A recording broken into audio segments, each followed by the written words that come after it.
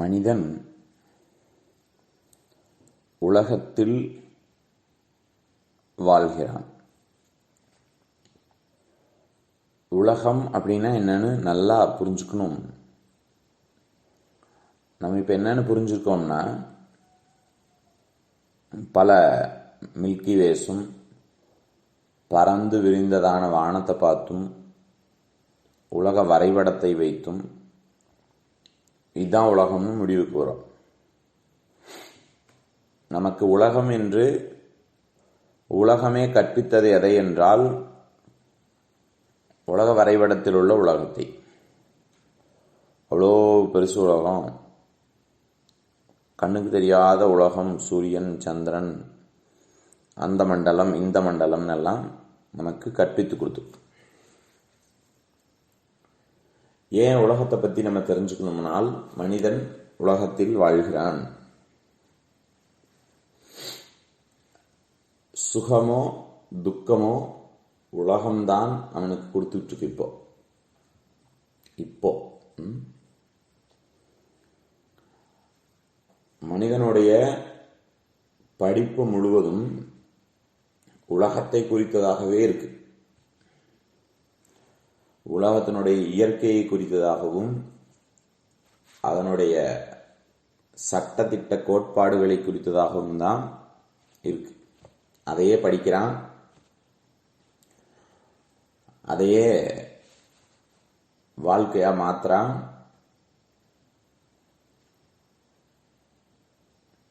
சுகத்தையும் துக்கத்தையும் அந்த உலகத்திலிருந்தே அனுபவிச்சுக்கிட்டு இருக்கான். அப்ப இந்த உலகம் அப்படிங்கிறத என்னன்னு நீங்க புரிஞ்சுக்கலினால் நிறைய தப்பு நடப்பதற்கான வாய்ப்பு இருக்கு.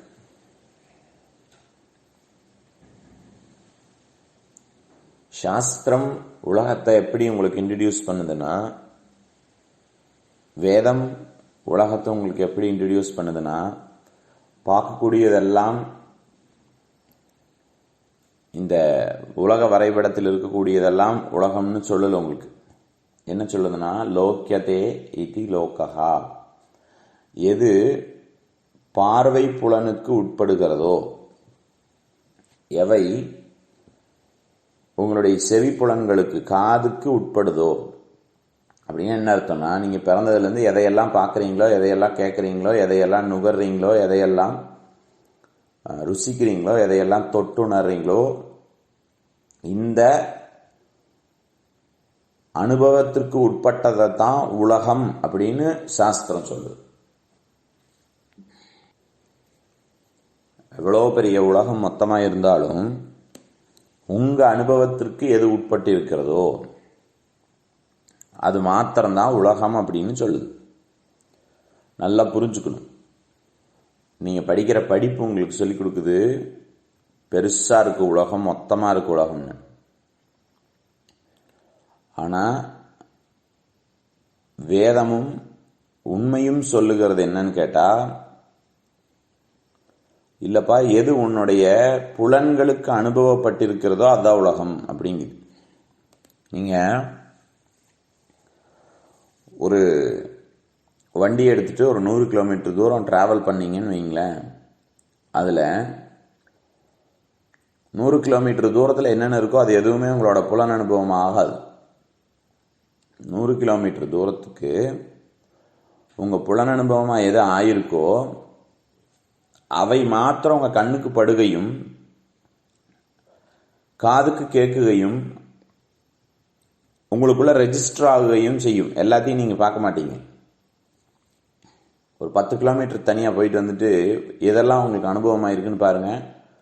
உங்களுக்கு ஆல்ரெடி அனுபவமாயிருந்த விஷயங்கள் மாத்திரம்தான் திருப்பி புதுப்பிக்கப்பட்டிருக்கும் ஒழிய, நீங்கள் அந்த 10 கிலோமீட்டருக்குள்ள முழுமையாக என்ன இருக்குங்கிறத பார்த்துட்டோ கேட்டுட்டோ போயிருக்க முடியாது.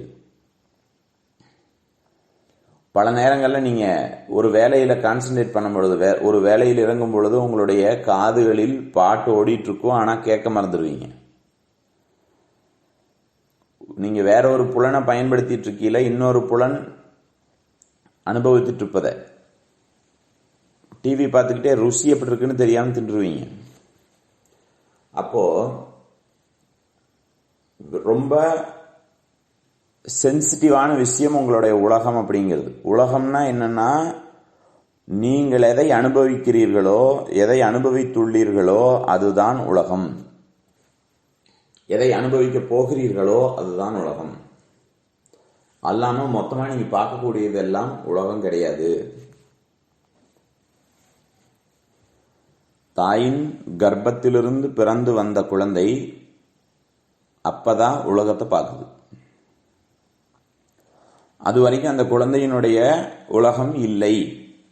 நல்லா புரிஞ்சுக்கோங்க.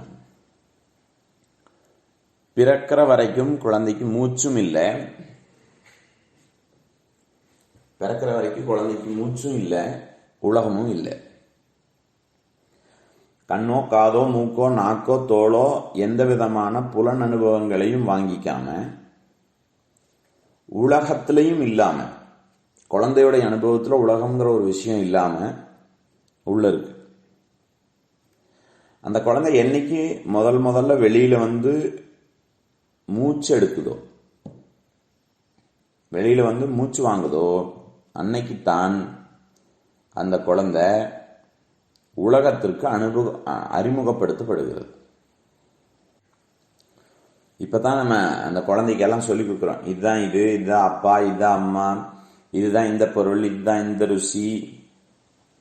அந்த அசைவ காமிச்சு கொடுக்குறோம். இப்படியெல்லாம் அசையும் பொம்மைகளை வச்சு காமிச்சு கொடுக்குறோம். இப்படியெல்லாம் காமிச்சு கொடுத்து புலன் அனுபவத்திற்கு அந்த குழந்தைக்கு எதையெல்லாம் உட்படுத்த முடியுமோ அதையெல்லாம் உட்படுத்தி அந்த குழந்தைக்கான உலகத்தை உருவாக்குறோம்.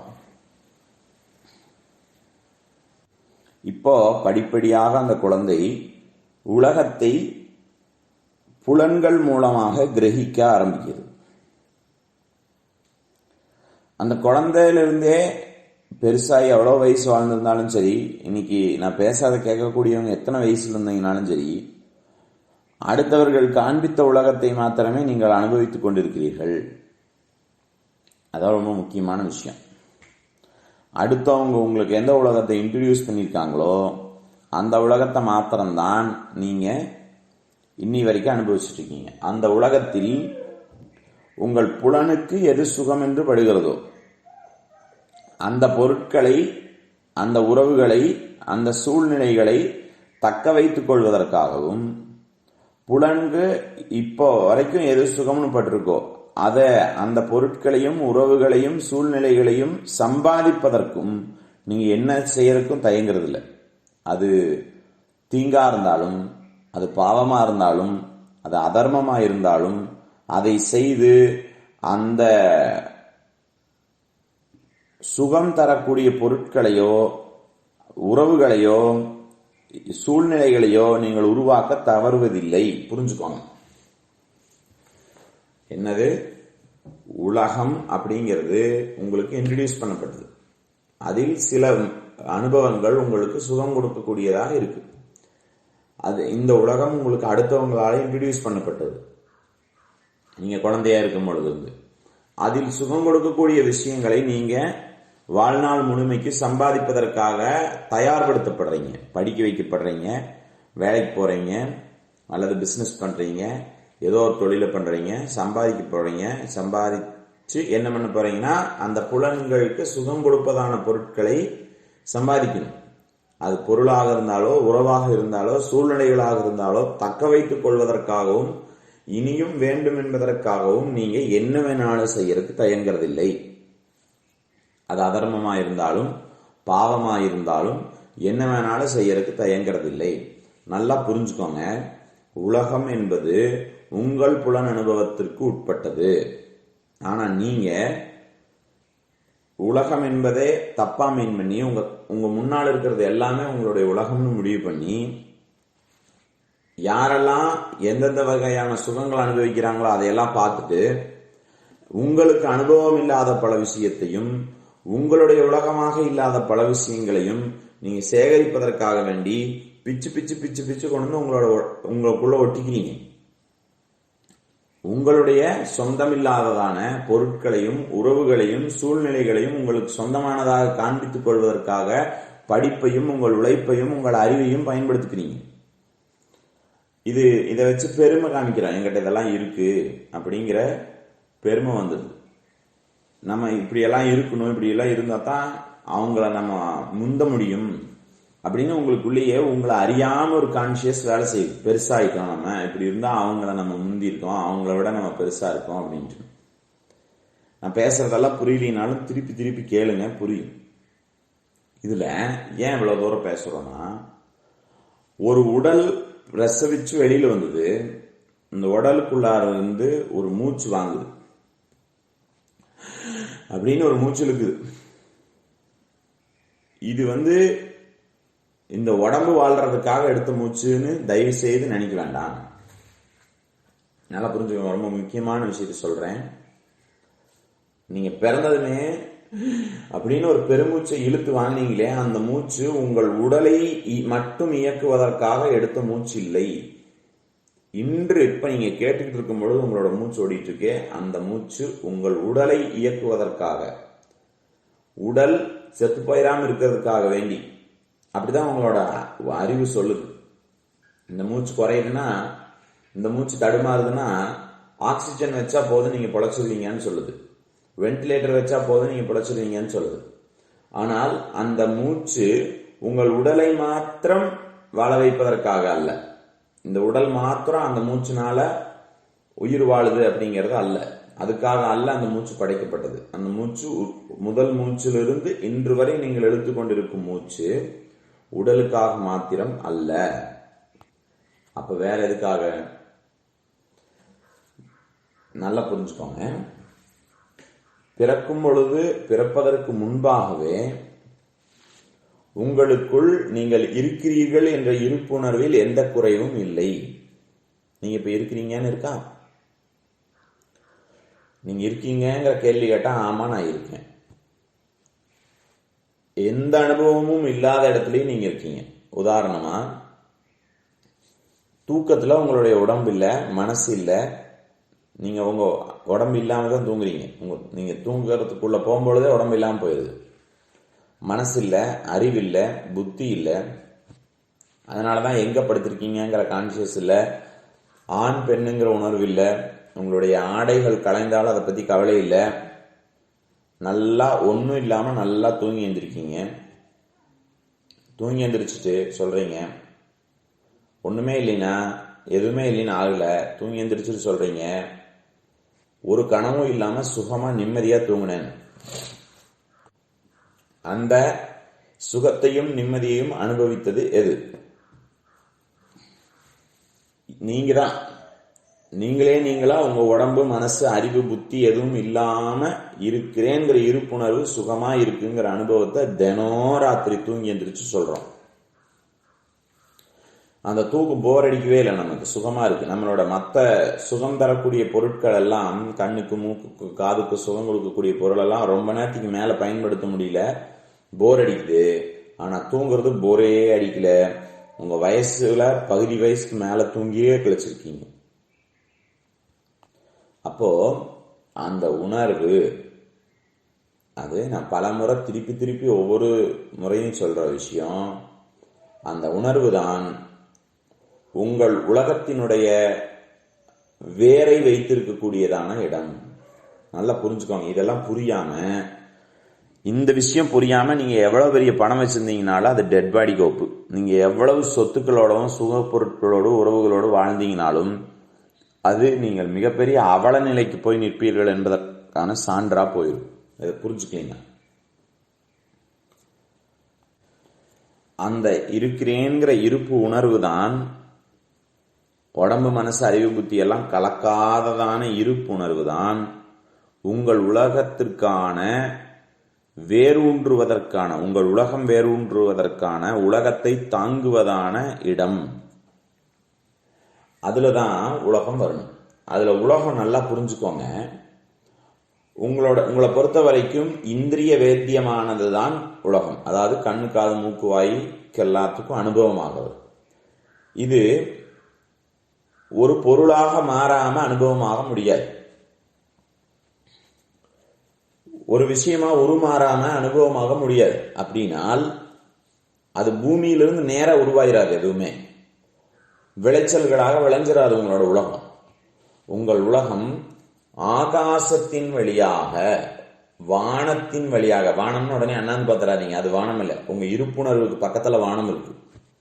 உங்க இருப்புணர்வு இருக்கிறேங்கிற உணர்வுக்கு பக்கத்தால வானம் இருக்கு. அந்த வானத்திலிருந்து காத்தின் மூலமாக, நெருப்பின் மூலமாக, நெருப்பின் மூலமாக பூமியில் வந்து உங்களுடைய விளைச்சல்களாக விளைய வேண்டும். அப்படின்னா நீங்க உயிர் இருக்கிற வரைக்கும் மூச்சு எடுக்கிறீங்க. உங்க மூச்சு ஓடுற வரைக்கும் உலகம் உண்டாயிட்டே இருக்கு. நல்லா புரிஞ்சுக்கோங்க. உங்க உலகம் ஒரு செகண்டும் நீங்க மூச்சு எடுக்கும் பொழுதெல்லாம் உங்களுடைய உலகம் உண்டாயிட்டே இருக்கு. மூச்சு எடுக்கும் பொழுதெல்லாம் உங்களுடைய உலகம் உண்டாயிட்டே இருக்குது. உங்களுடைய உலகம் உங்கள் இருப்புணர்விலிருந்து உருவாக்கப்படுகிறது. நல்லா புரிஞ்சுக்கோங்க. உங்களுடைய உலகம் உங்கள் இருப்புணர்விலிருந்து உண்டாக்கப்படுகிறது. உயிரினுடைய சலனம், உயிரினுடைய ஓட்டம் தான் உலகமா மாறுது. உயிரோட்டம்னு சொல்றோம். அந்த உயிரோட்டம் தான் இன்னைக்கு நீங்க 20 வயசும் 30 வயசும் 40 வயசும் 50 வயசும் கேட்டு இருக்கீங்களே. இன்னைக்கு நீங்க உயிரோடு இருப்பதற்கு காரணம் உங்கள் இருப்புணர்விலிருந்து நீங்கள் எடுக்கின்ற மூச்சு மாத்திரமே காரணமா இருக்கு. இல்லைன்னா நம்ம போயிடுவோம். அந்த இருப்புணர்விலிருந்து எடுக்கப்பட்ட மூச்சில் உயிரோட்டம் இருக்கிறது. நல்லா புரிஞ்சுக்கோங்க. எப்போ உங்கள் உடல் சார்ந்த நோய்கள் எல்லாம் உங்களுக்கு உருவாகுதோ, ஒரு நோய் இருக்கு, அந்த நோய் கொஞ்சம் நல்லாகிற மாதிரி தெரியுது, திருப்பியும் வருது. அல்லது ஒரு நோய் புதுசா வந்துருச்சு, அது என்னை கொல்லாம விடாதுங்கிற மாதிரி தெரியுது. என்னோட உடல்நிலை மாறவே மாட்டேங்குது, என்னோட உடம்பு சரியா ஆகல அப்படின்னு என்ன அர்த்தம்னா அதுல உயிரோட்டம் இல்லைன்னு அர்த்தம். நல்லா புரிஞ்சுக்கோங்க. அதை நீங்க உயிரோட்டம் இல்லைங்கிற ஒரு விஷயத்த உங்கள் உணர்விலிருந்து உயிரோட்டம் உருவானால் ஒழிய எந்த மாத்திரை மருந்தும் எந்த விதமான உபாயமும் என்ன டெக்னிக் பண்ணீங்கனாலும் உங்க உடம்பு நல்லாகாது. இதை நீங்க புரிஞ்சுக்கணும். இதை புரிஞ்சுக்காம நீங்க சம்பாதிக்கிறீங்க. நீங்க இதை புரிஞ்சுக்காம உயிரோட்டம் இல்லாத பல பொருட்களுக்காக அதர்மமும் வேண்டாத செயல்களும் வீணான சண்டையும் சச்சரவுகளையும் விவாதங்களையும் செஞ்சுக்கிட்டு இருக்கிறீங்க. சொத்துக்கள் கிடைக்கல, பிரிச்சு கொடுக்கல, சண்டை வந்துருச்சு, ஏமாத்திட்டாங்க, பங்குல பிரச்சனை வந்துருச்சு, இப்படியெல்லாம் நம்ம அந்தரிக்ஷத்தை பிரிச்செடுக்கிறதுக்காக, பூமியை பிரிச்செடுக்கிறதுக்காக சண்டை போடுறோம். உறவுகள் கிட்ட அன்றாடும் சண்டைகள். நீ அப்படி பண்ண, நீ இப்படி பண்ண, இது கட்டுச்சு அது கட்டுச்சுங்கிற சண்டை போட்டுக்கிட்டே இருக்கும். உடல் இப்ப வரைக்கும் கேட்டுட்டு இருக்கிற எல்லாருக்கும் நோய் இருக்கு. கேட்டுட்டு இருக்கிற எல்லாத்துக்கும் எங்கேயோ ஒரு இடத்துல ஏதோ ஒரு அன்ஈசினஸ் இருக்கு. அந்த அன்ஈசினஸ் காரணம் என்னன்னா, அந்த இடத்தில் உயிரோட்டம் இல்லை. இடுப்பு வலி தாங்க முடியல, வலிச்சுக்கிட்டே இருக்கு. என்ன அர்த்தம்? அந்த இடத்துல உயிரோட்டம் இல்லை. உயிரோட்டம் இருந்தால் அந்த இடம் செழித்து தழைத்து ஓங்க வேண்டும், நல்லா இருக்கணும். ஆனா அந்த இடம் வலிக்குதுன்னா என்ன அர்த்தம்? அந்த இடத்துல உயிரோட்டம் இல்லை. ஒரு சமணங்கால் போட்டே உட்கார்ந்துக்கிட்டீங்கன்னா ரொம்ப நேரம் உட்கார்ந்துருக்கிற பொசிஷன் உங்களுக்கு வலிக்கும். ஏன் வலிக்குது? அந்த இடத்துக்குள்ளார ஒரு அமுக்கப்பட்டிருக்கீங்க, ஒரு நெருக்கப்பட்டிருக்கீங்க, அதனால உங்களுக்கு வலிக்குது. ஃப்ரீயா உயிரோட்டம் ஓடிச்சானால் உங்களுக்கு என்ன ஆகாது? வலிக்காது. அது போல ஒரு கேன்சர் வருது, என்ன அர்த்தம்? உயிரோட்டம் இல்லை அந்த இடத்துல. அப்போ எந்த ஒரு பொருள்ல உயிர் இல்லையோ, எதுல உயிர் இல்லையோ அது அழுக ஆரம்பிக்கும், அது கெட ஆரம்பிக்கும், அது அழிய ஆரம்பிக்கும். இப்போ உங்களுடைய உறுப்புகள் எல்லாம் அழிய ஆரம்பிக்கும். உங்களுக்கு உங்கள் உலகம் உங்கள் உணர்விலிருந்து உயிரோட்டமாக உருவாக்கப்பட்டால் ஒழிய உங்கள் வாழ்க்கை இல்லை என்பதை நீங்கள் புரிந்து கொள்ளாத வரையிலும் ஓடுவீங்க. இந்த உலகமான உடம்பை சரி பண்றதுக்காக எங்க போலாம், அந்த மாத்திரத்தினா நல்லாகுமா, இந்த மாத்திரத்தினா நல்லாகுமா, இப்படி செஞ்சு இந்த வழியை நல்லாக்கிடலாமா, அப்படி செஞ்சு அந்த வழியை நல்லாக்கிடலாமான்னு ஓடுவீங்க. உயிரோட்டம் உருவாகாத வரையில் உங்களுடைய ஒரு நோயும் உங்களை விட்டு விலகவே விலகாது. நிறைய பணம் சம்பாரிச்சிருக்கீங்க, நிறைய பணம் இருக்கு, நகை நட்டுகள் எல்லாம் வாங்கிட்டீங்க, நிறைய சுகப்பொருட்கள் எல்லாம் வாங்கிட்டீங்க. ஆனா உங்களுக்கு அதெல்லாம் சுகம் கொடுக்க மாட்டேங்குது. அதன் மூலமாக நிம்மதி இல்லை.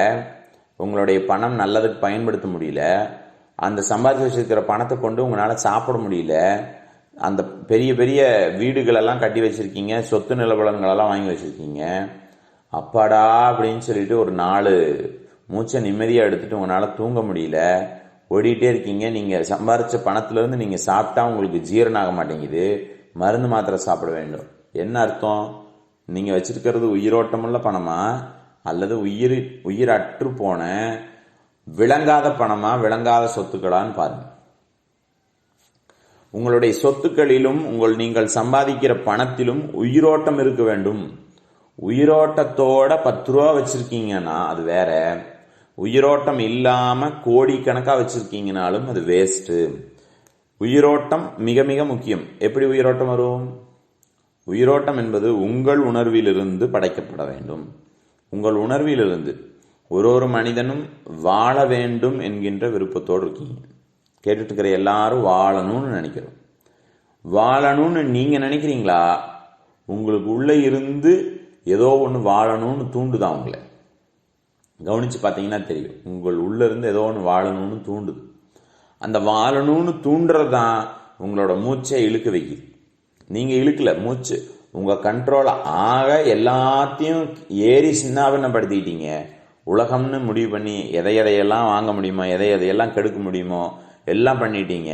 மனிதன் தோத்து போன ஒரே விஷயம், மூச்சை மாத்திரம் அவன் இயக்க முடியல, மூச்சை மாத்திரம் விட்டுட்டு போற நேரத்தில் நிறுத்தி தக்க வச்சுக்க முடியல. மூச்சு எப்பெல்லாம் உள்ள இருந்து இழுக்குதோ அப்பெல்லாம் நீங்க வாழணும்னு இருக்கு. நல்லா புரிஞ்சுக்கோங்க. வாழணும் அப்படின்னு என்ன அர்த்தம் தெரியுமா? உயிரோட்டத்தோடு இருக்கணும். சின்ன வலி உடம்புல இருக்கக்கூடாது. ஒரு சின்ன தலைவலி, லேசான தலைவலி கூட நமக்கு வரக்கூடாது. ஒரு சின்ன உடம்புல தீங்கு நடந்துடக்கூடாது. அப்படிங்கிறதா வாழணும் அப்படிங்கிறது. உங்களுடைய இது உடல் சார்ந்து. அடுத்து நீங்கள் எந்த விதமான நோயும் உங்களுக்கு வந்துடக்கூடாது. உங்க வாழ்க்கையில எந்த விதமான நொடித்து போகுதலும் இருக்கக்கூடாது. எந்த இடத்துலையும் நான் என்னுடைய வியாபாரம் இல்லாமையோ, கெட்டு போயோ, பணங்காசு இல்லாமல் போயோ, நான் ஏழையாகவோ, கண்ணியம் இழந்தவனாகவோ, கேவலப்பட்டவனாகவோ நான் இருந்துடக்கூடாது. அப்படிங்கிறது தான் நீங்க வாழணும் அப்படின்னு நினைக்கிறது. நீங்க வாழணும் அப்படிங்கிறது இருக்கு. ஆனா அதை உங்களுக்கு உலகம் கற்பித்த முறையில இப்படித்தான் வாழணும்னு நீங்க தப்பா முடிவு பண்ணி, அதுக்கு என் உயிரோட்டம் உருவாக்கணுங்கிற அவசியம் இல்லை, நானே உருவாக்கிக்குவேன், நீங்க சம்பாதித்து வைத்ததெல்லாம் உங்கள் மீது சுமையாக ஏற்றப்பட்டு முதுகு உடையுது, தோல் சுமக்க தடுமாறுது, உறவுகளை உங்களால தாங்க முடியல, உறவுகளை கரை சேர்க்க முடியுமான்னு சங்கடப்படுறீங்க, விட்டுட்டு போயிட்டா என்ன ஆயிருமோன்னு பயப்படுறீங்க. அதுக்கெல்லாம் காரணம் இவைகளில் ஒன்னிலும் உயிரோட்டம் இல்லை. நீங்க மூச்சு எடுக்கிற வரைக்கும் வாழணும்னு இருக்கு. எவ்வளவு பெரிய பிரச்சனையில் இருந்தீங்கனாலும் சரி, எவ்வளவு பெரிய பொருளாதார சிக்கல் இருந்தாலும், எவ்வளவு பெரிய கடன் இருந்தாலும், எவ்வளவு பெரிய நோய் இருந்தாலும், நடந்து முடிந்ததை குறித்து சிந்திக்க வேண்டாம். நடந்து முடிந்ததெல்லாம் நீங்கள் உங்கள் கைகளை கொண்டு சம்பாதித்தது. எதன் மீது உங்களுடைய அதிகாரம் இல்லையோ, எதை நீங்கள் உருவாக்க முடியாதோ, நல்லா புரிஞ்சுக்கோங்க, உலகத்தை நீங்க உருவாக்கவே முடியாது. அடுத்தவனுக்காக உருவான உலகத்தை தட்டி கொண்டு உங்க பக்கத்துல வச்சிருக்கலாம். அடுத்தவனுக்காக உருவாக்குனதான உலகத்தை பணமா மாத்தி வச்சிருக்கலாம். அடுத்தவனுக்காக உருவாக்கின உலகத்தை அவனுக்கு ஒரு இல்லைங்கிற சூழ்நிலையை உருவாக்கி மாத்தி புடுங்கி இருக்கலாம். உங்களோட பலத்தை கொண்டும், உங்களுடைய சாமர்த்தியத்தை கொண்டும், உங்களுடைய பேச்சு திறனை கொண்டும் நீங்க ஏமாத்தி உங்க பக்கத்துல வச்சிருக்கலாம். ஆனால் அவைகள் எதுக்குமே உயிரோட்டம் இல்லை அப்படிங்கறது புரிஞ்சுக்கணும். இப்ப எவ்வளவு பெரிய சிக்கலாக இருந்தாலும் சரி, எவ்வளவு பெரிய நோயா இருந்தாலும் சரி, பண்ண வேண்டியதெல்லாம் உங்களுடைய மூச்சு இருக்கும் வரையிலும் நீங்கள் வாழணும் அப்படிங்கிறது, உயிர் வாழணும்னு இருக்கு. ஒண்ணுமே பண்ண வேண்டாம். உயிர் வாழணும்னு இருக்குதானால், உயிர் வாழணும் அப்படின்னால் இப்ப என்னென்னலாம் நீங்க உயிர் வாழ்றதுக்கு தேவையோ அது முழுவதும் விதைகளாக விழுந்து விட்டது. ஆகாசத்தில், வானத்தில் விதைகளாக விழுந்து விட்டது. ஒண்ணுமே நீங்க பண்ண வேண்டாம். அப்படித்தான் நீங்க பிறந்தீங்க, அப்படித்தான் நீங்க குறித்த காலம் வளர்ந்தீங்க. எதுவுமே பண்ணாம தான் பிறந்தீங்க. நீங்க பிறக்கிறதுக்கு நீங்க காரணம் அல்ல. நீங்கள் பிறப்பதற்கு நீங்கள் காரணம் அல்ல. உங்கள் தாய் தகப்பனும் காரணம் அல்ல. தாய் தகப்பனும் காரணம் இல்லை. எத்தனையோ தாய் தகப்பன் உடலை சரியா வச்சுக்கிட்டு, விந்த சரியா வச்சுக்கிட்டு, நல்ல முறையில் இருந்துட்டு குழந்தை உருவாகாம தவிக்கிறாங்க. அப்படின்னா நீங்கள் உருவாகுவதற்கு உங்கள் உணர்வு காரணமாக இருக்கிறது. நீங்கள் பிறந்துட்டீங்க, உங்கள் உணர்வு உங்களை வளர்த்தி இருக்குது. இன்னைக்கு வரைக்கும் நீங்கள் அனுபவிக்கின்ற சுகத்திற்கு காரணம் நல்லா புரிஞ்சுக்கோங்க. உங்கள் உணர்வினுடைய வாழணும்னு நீங்க எடுத்த மூச்சின் வெளிப்பாடாக உண்டாயிருக்கிற உலகம்தான் உங்களுக்கு அல்ப சுகங்களை கூட கொடுத்துக்கிட்டு இருக்குதே ஒழிய, உங்களுக்கு இருக்கும் எல்லா துக்கத்திற்கும் காரணம் நீங்கள் உலகத்தை சம்பாதிக்க வேண்டும் என்று ஓடியது. இப்பொழுது எவ்வளவு பெரிய சுமையாக உங்கள் மீது ஏறி இருந்த துக்கத்தை விளைவித்தாலும், என்னால் இந்த உறவை தாங்க முடியல, என்னால் இந்த இடத்துல இருக்க முடியல, இந்த நோயை என்னால் சகிக்க முடியலன்னு எவ்வளவு இருந்தாலும் உங்களுடைய நெகட்டிவ் பார்ட்டில் உங்களோட கவனத்தை வைக்காதீங்க. முடியல, எனக்கு இது ஆகல, என்னால் இதை சுமக்க முடியல, எனக்கு இது பத்தல அப்படிங்கிற நெகட்டிவ் பார்ட்டில் கவனம் வைக்காதீர்கள். நெகட்டிவ் பார்ட்டில் கவனம் வைக்க மீண்டும் நெகட்டிவ் பார்ட்டில் நின்னே அதை சரி செய்ய முயற்சிப்பீங்க. இதை சமக்க முடியலன்னா என்ன பண்ணுறது, இதை விட்டுறலாம், வேறையை பிடிக்கலாம், இதை போய் பண்ணலாம், இந்த வைத்தியத்தை பண்ணலாம், அந்த வைத்தியத்தை பண்ணலாம் அப்படின்னு நெகட்டிவ் பார்ட்லேயே நின்று மீண்டும் அதுக்கான சொல்யூஷனை தேடுவீங்க. மீண்டும் பின்னின வழக்குள்ளே மாட்டின மாதிரி மாட்டிக்குவீங்க. அதனால் அதை விட்டுட்டு என்ன பண்ணலாம், இப்போ உயிர் வாழணும்னு இருக்கா, வாழணும்னு இருக்கா, மூச்சு இருக்குதா, நீங்கள் எவ்வளவு பெரிய தவறு செய்திருந்தாலும் வாழ தகுதியுடையவர்களாயிட்டீங்க. எவ்வளவு பெரிய சிக்கலில் மாட்டியிருந்தீங்கனாலும் அந்த சிக்கலிலிருந்து விலகி சுகமாக இருப்பதற்கு தகுதியுடையவராக இருக்கீங்க. மூச்சு ஓடுதாங்கிறது மாத்திரம்தான் முக்கியம். மூச்சு ஓடுமானால் வாழணும்னு இருக்கு. வாழுதல் அப்படிங்கிறது அடுத்தவனோட உலகத்தை புடிங்கிட்டிங்கிறதல்ல, உங்களுடைய உலகத்தை அழகா உற்பத்தி பண்ணிட்டு அதுக்குள்ள சுகமா வாழ்றது. உங்களோட உலகம் உங்களுக்கு தீங்கே பண்ணாது. உங்களோட உலகம் உங்களை விட்டு போகவே போகாது. உங்களோட உலகம் உங்களிலிருந்து உருவானது.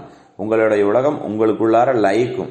நீங்க சாப்பிட்டா ஜீரணமாகும், அனுபவிச்சா சுகம் நல்கும், முடியும் பொழுது உங்களுக்கு துக்கம் தராம உங்களை வாங்கிக்கும். அப்போ அந்த வாழணுங்கிற அந்த மூச்சு, ஒரு மூச்சு இருக்கா, அந்த மூச்சு எடுங்க. யாருடைய ஐடியாஸையும் வச்சுக்காதீங்க, உங்களோட ஐடியாஸையும் வச்சுக்காதீங்க. ஒரு மூச்சு உங்களுடைய எல்லா பிரச்சனைகளையும் தீர்ப்பதற்கு போதுமானதாக இருக்கும். அப்போ எல்லா பிரச்சனைக்கும் உங்களுடைய உயிர் மூச்சாக இருக்குது. மூச்சு என்பது வானத்திலிருந்து காத்துக்கு உங்களுடைய தேவைகள் நகர்ந்து விட்டதை காண்பிக்கிறது. அப்படியே இருக்கணும். தெய்வம் காக்கட்டும்.